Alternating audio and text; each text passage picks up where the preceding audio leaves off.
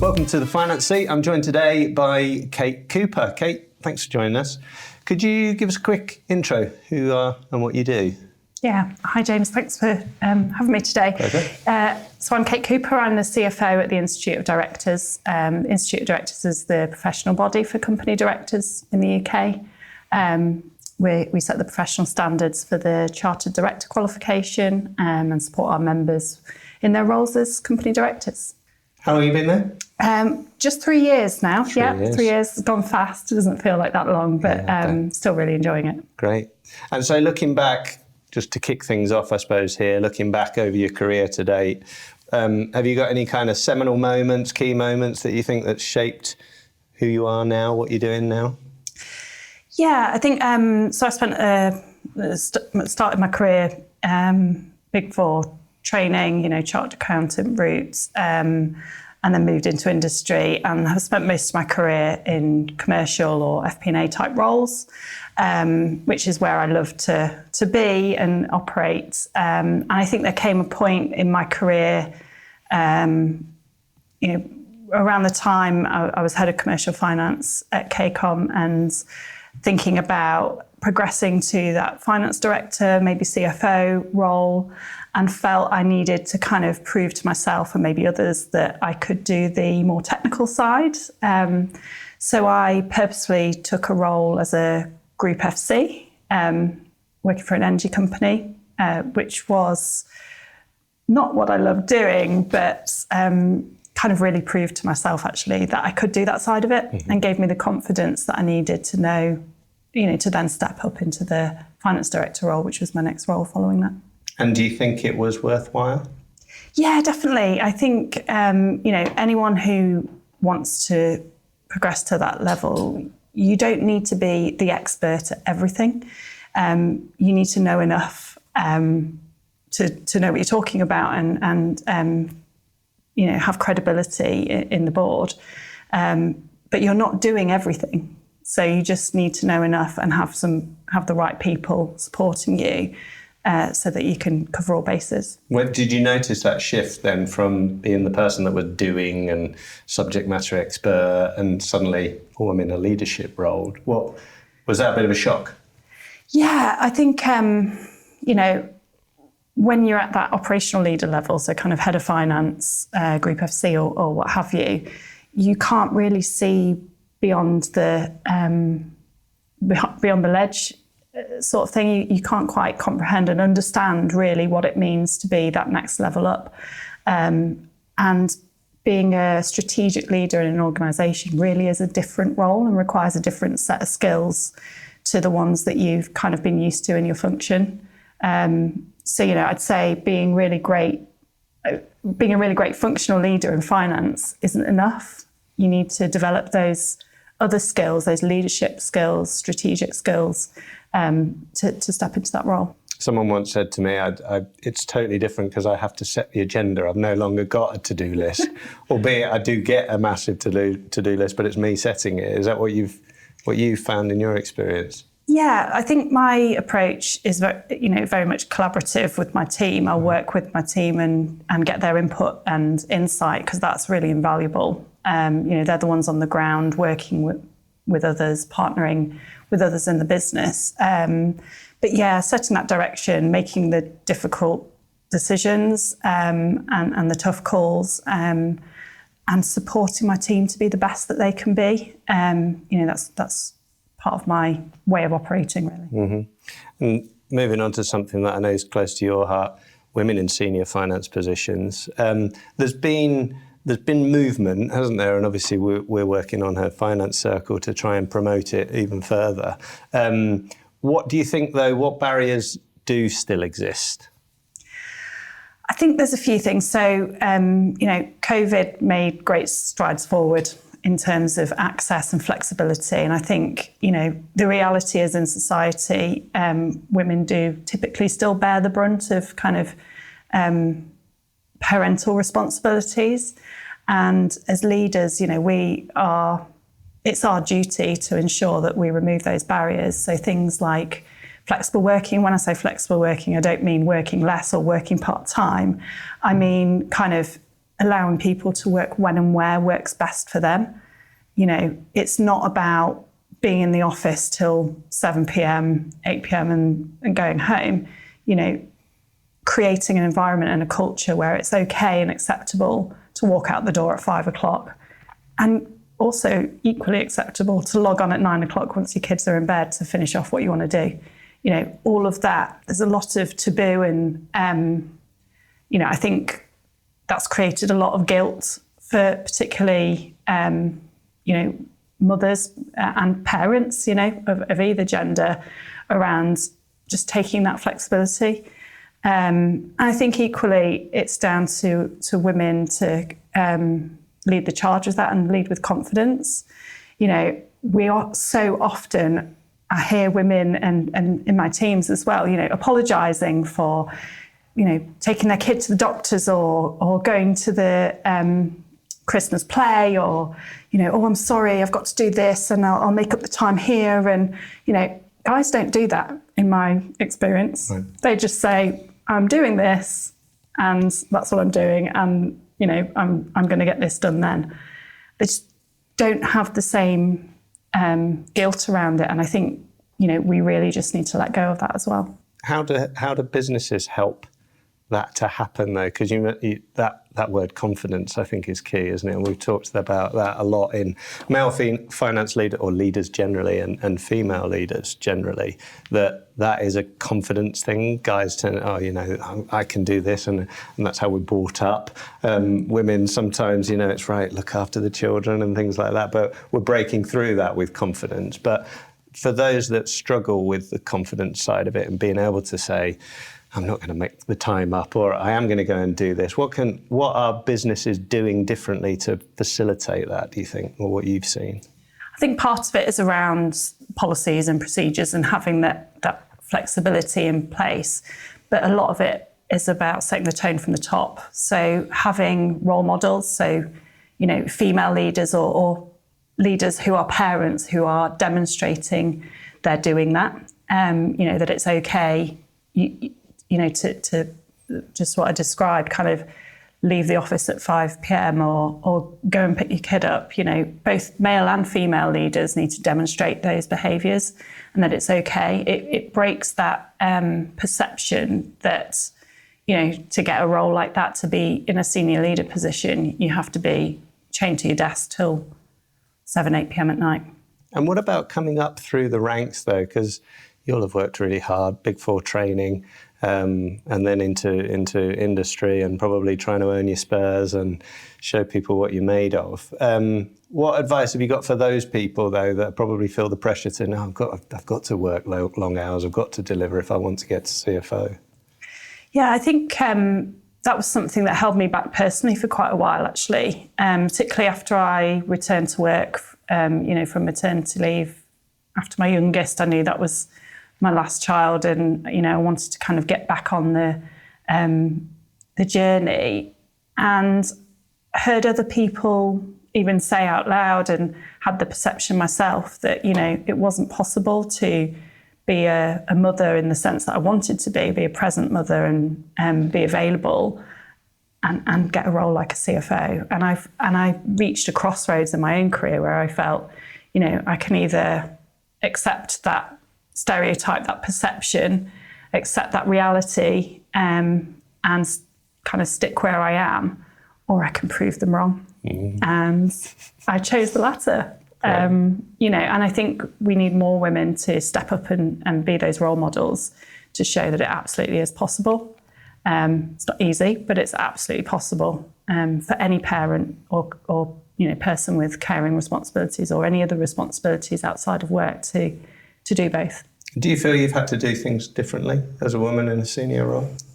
I think, again, I think there's a kind of, there's a bit of bias and there's a stereotype. You know, I think if you ask most people if they thought of a CFO, what image would appear in their minds, and it could be, you know, a particular stereotype for that. And I think sometimes people expect you to live up to that stereotype.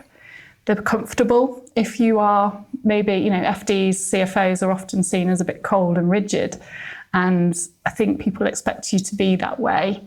And if you're not, they're a bit kind of uncomfortable with that and taken aback. But I like to think I can show others that, you can lead with feminine qualities, and those feminine qualities actually add a lot of value to people, the organisation, and there is a different way to lead. Brilliant. So changing tack onto the work that the IoD are doing and also how it ties in with what you're doing.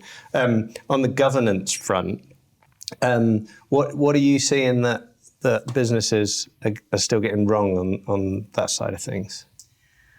I think the thing to recognise is being your board of directors, being a company director is a different role. It requires a different skill set.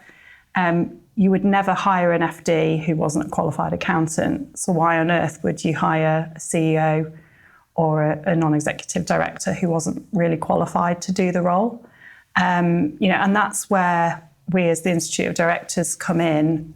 We do have a qualification which gives directors the knowledge and skills that they need and experience that they need to kind of fulfill their roles effectively and be better directors. That's not a mandatory qualification, of course, but it does give you that kind of gravitas and demonstrates that you've got the right skill set. So as an employer or as a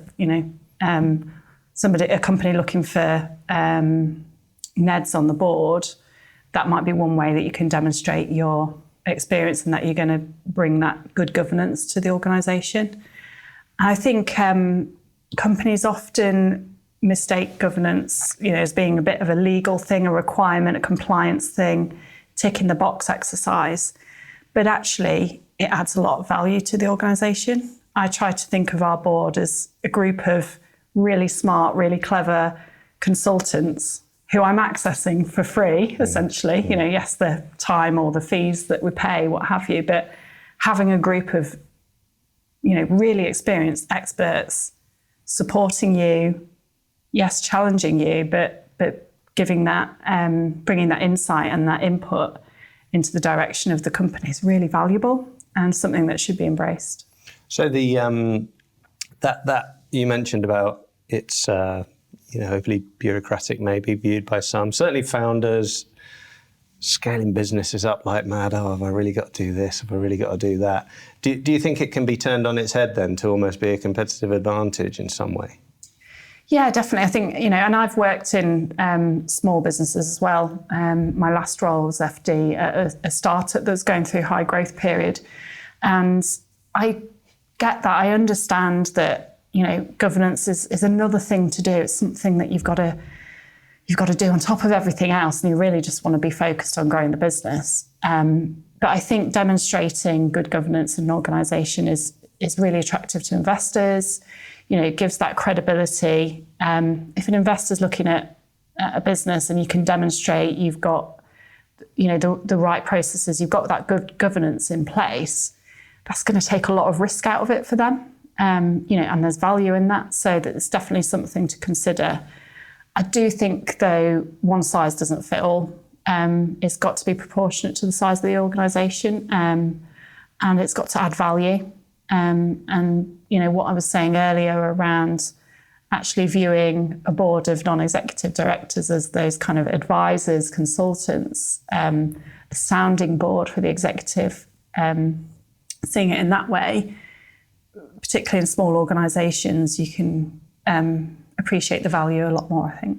And what about the CFO and the board then? How do you see that relationship? What you mentioned, you've got them there all as a sounding board and people that you can go to for great insights. What does that relationship look like day to day? I think the CFO role is really important to the whole board dynamic. You're sat there next to the CEO, you're a partnership, you present an aligned front around the board table. But you're also there as a check and balance for the board. So I think, you're often the voice of objectivity. You're bringing assurance and credibility to presenting together as that executive team.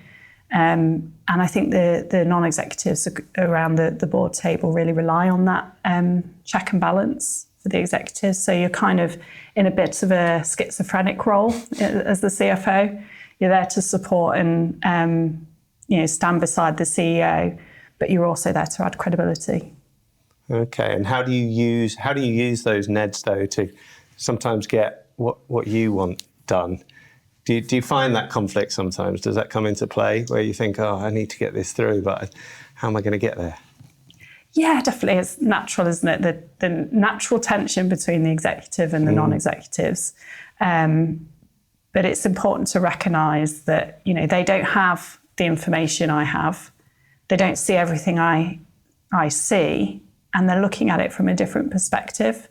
But it's about giving them enough information they need so that, they can make the right decision and guide things in the right way, but also respect that they're looking at it from a different perspective and they're seeing the things I'm not seeing.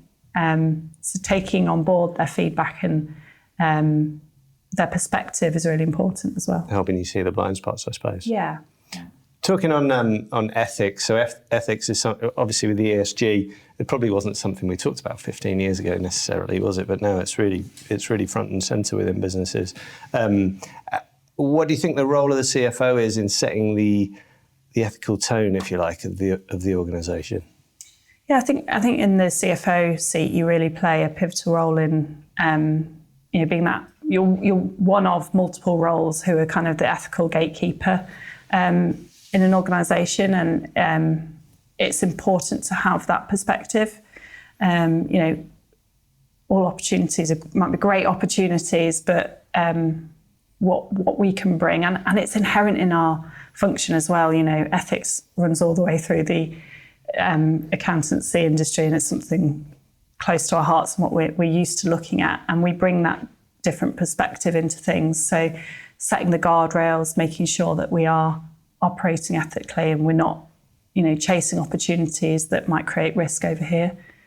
And when it's unpopular, doing the right thing ethically, have you faced that kind of situation where actually, I know we need to do this, but it looks like we probably should do that, but doing the right thing is going to be really unpopular? Yeah, I think that's a common occurrence for most finance folk, really. Yeah.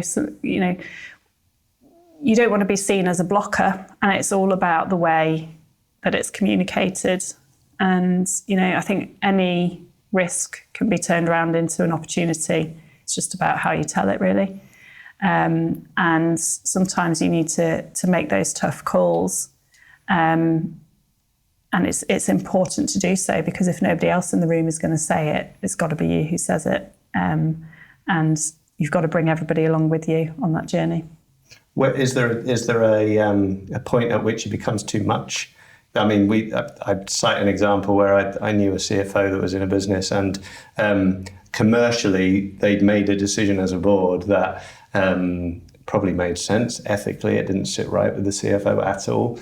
And so in the end, they left. They said, right, I'm walking away from this. Do you think there comes a point where it becomes no longer tenable, or do you have to go along with what the board is deciding, even if you feel like ethically it's not right?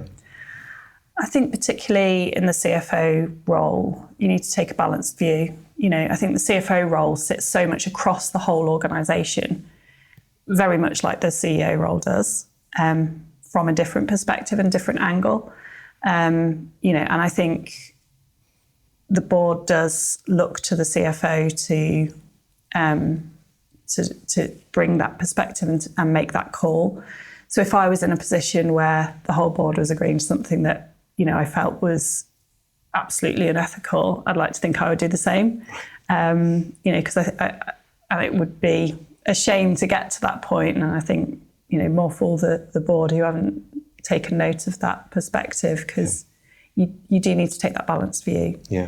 But it can't all be about compliance. It's got to be a balance. If you were completely compliant on everything, you'd never get anywhere. Right. Well, I can quote you on that.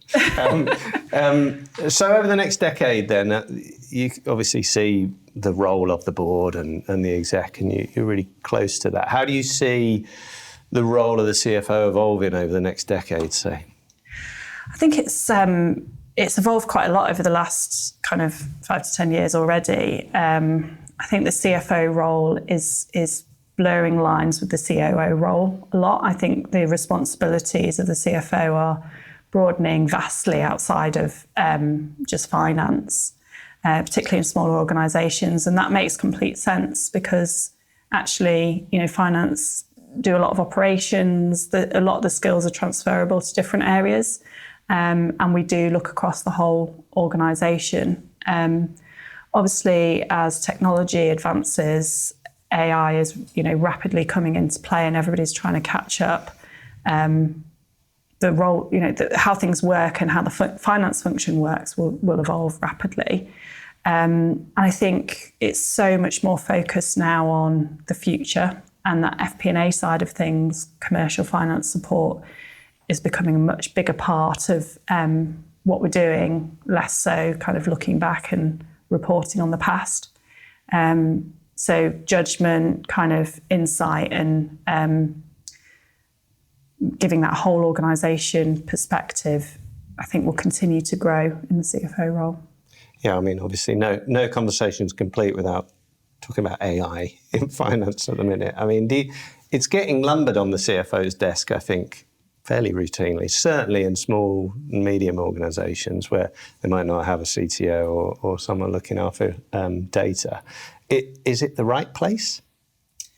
I think it depends on the organisation and where it sits. So in my role, I also have responsibility for IT, HR and risk and compliance. So kind of quite a broad, wow, as well as finance, of course, quite a broad remit. And I think there are a lot of transferable skills there. So, in finance, we're used to managing data, implementing controls around that data, cleansing data and data quality, and embracing tools. We've actually had quite a lot of tools that are AI enabled, AI driven, for quite a while in finance.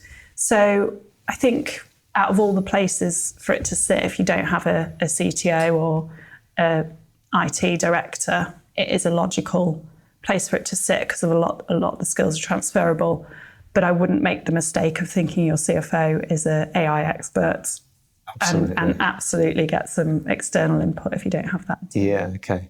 So that it's not a dumping zone, the CFO desk. What advice would you give to CEOs of how best to, or how to get the best out of their CFO?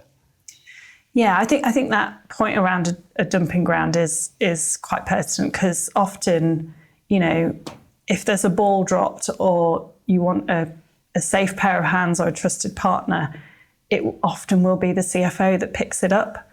And often we're quite happy to, pick it up because we just want things to work well and we just want things to be controlled and work all nicely.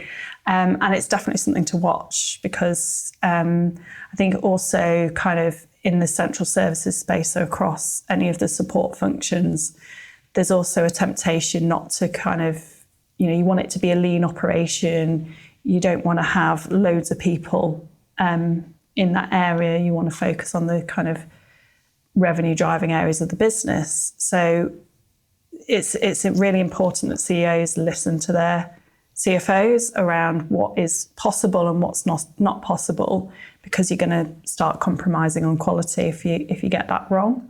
And I think the relationship between the CEO and CFO is so important, and even more so now.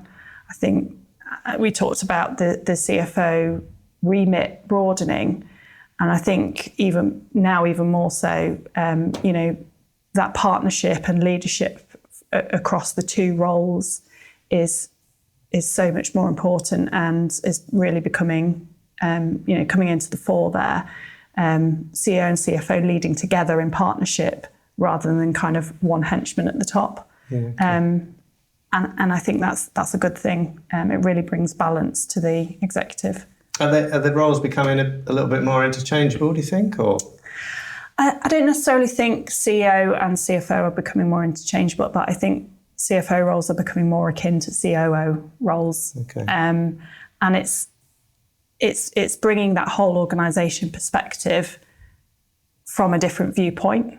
That internal focus and seeing the things that the CEO isn't necessarily seeing, being a bit closer to the ground and, hearing and seeing things then they're not necessarily exposed to. So that's why the partnership works really well. Because equally they're, looking at externally, often looking at those growth opportunities and the balance between the two roles works really well.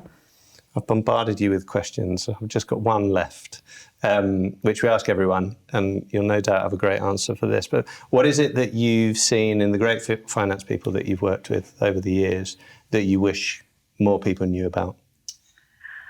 I think it's that, finance people often get put in a pigeonhole, but finance people are great operators. We're great at implementing and spotting inefficiencies in processes, be them finance processes or otherwise. We're great at managing data, even when it doesn't have a pound note sign in front of it. It's the same skill set. I think that often means that we're pulled into things we maybe shouldn't be pulled into, or we compensate for, others areas where they might not have the right skills around that. But I think what I'm saying is finance folk have a much wider range of skills than we maybe give them credit for, and tap into that, utilise that skill set because it's really valuable. Thanks very much, Kate. Okay. Thanks for joining us. See you next time.